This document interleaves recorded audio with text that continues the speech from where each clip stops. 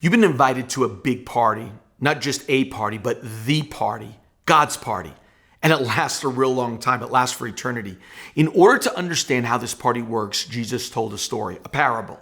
What makes this parable amazing is when and where it's told. On our 260 journey, we've come to Luke 14, and this is dinner table talk. I come from a family that dinner table talk was the norm. Dinner would last a long time, not because cooking took long, but because the conversation did. And here in Luke 14, this dinner conversation started in verse 1 and ends at verse 24, and the topics became intense, starting with healing all the way to the big party.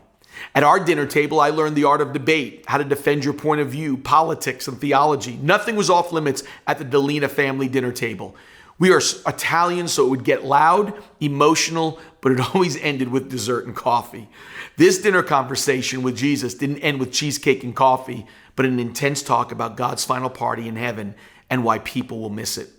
In New Testament times, 2 invitations were usually given to a party. The first was given well in advance so that the people could RSVP, and then when everything was ready for the party to begin, a second invitation was sent by servants to tell everybody to come, for everything is now ready.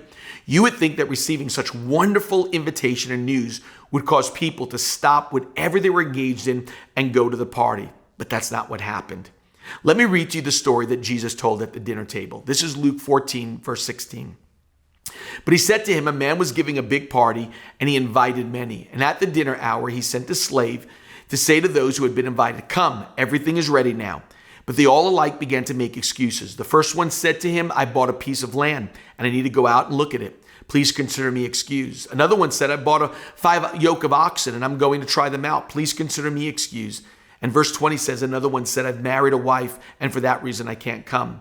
The slave came back and reported this to the master.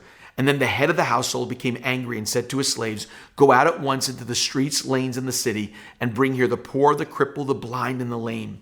And the slave said, Master, what you commanded has been done, and still there is room. And the master said, go out into the highways and along the hedges and compel them to come in, so that my house may be filled. For I tell you, none of those men who are invited shall taste of my dinner. The invitation came at a time that something would have to be interrupted. Something great would have to be chosen over something good. You had to choose the lasting over the temporal, the great over the good if you want to go to that big party that God is throwing. The party would interfere with their business, possessions, and relationships. In each case, the excuses were legitimate, listen, but not sufficient. Legitimate, but not sufficient. The point is, if you miss God's party, it's not because you were not invited. It's because you chose to make something a priority over responding to God. They all began to make excuses. The definition of an excuse is that which makes an offense or a crime seem less serious or something used to justify a fault. There are countless websites for excuses for sleeping in class, sleeping at work, missing school and work. And in fact, there are actual notes that parents had written to schools so that their children would be excused for their absence. One of them said this, please excuse Lisa for being absent. She was sick and I had her shot instead of getting a shot. One said, dear school, please excuse John for being absent on January 28th, 29th, 30, 31, 32, and also January 33. You knew that was an excuse. Please excuse Jennifer for missing school today. We forgot to get the Sunday paper off the porch, and we found out it was Monday. We thought it was Sunday. I heard about 4 college freshmen that hung out together and were always intent on having more fun than studying. These guys were always late to a certain class because they knew the professor was a pushover. They had a multitude of excuses why their assignments were not finished on time and why they didn't show up for class. When it came time for the final exam, they were late. About the time everyone else were finishing, they showed up giggling and told the professor their car had a flat tire. So they wanted to do a makeup test later. The professor said, no problem. Have a seat in the 4 corners of the classroom and I'll prepare a special final exam just for you guys. And I'll even make it easier. It will only have 1 question. And since you guys haven't turned in any of your assignments, I'll give you another chance. If all 4 of you answer this question correctly, you'll all get an A in a class. But if you miss it, you'll all fail the class. He took a moment to write the question in the exam for all 4 of them. The 4 guys were grinning when he handed them their books, but their smiles disappeared when they opened the test. The single question on the final exam was this: which tire was flat on the car? As the professor stood there between them, they realized they were caught.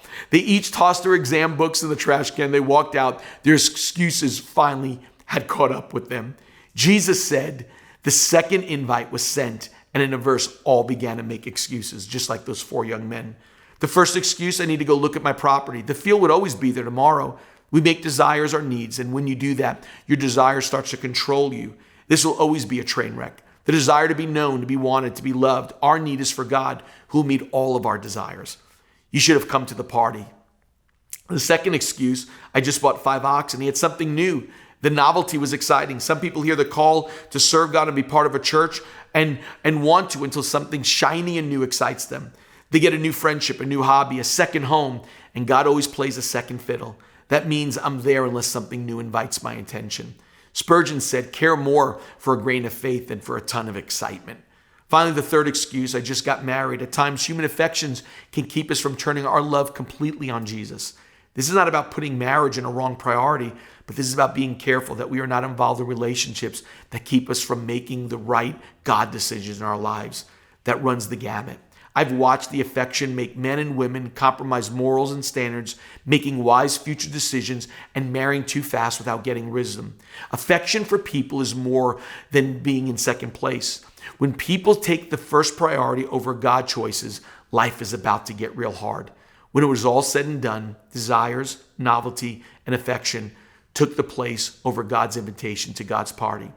God is throwing a big party, and it's going to happen real soon. I want to see you there. No excuses. Thanks for joining the 260 Journey.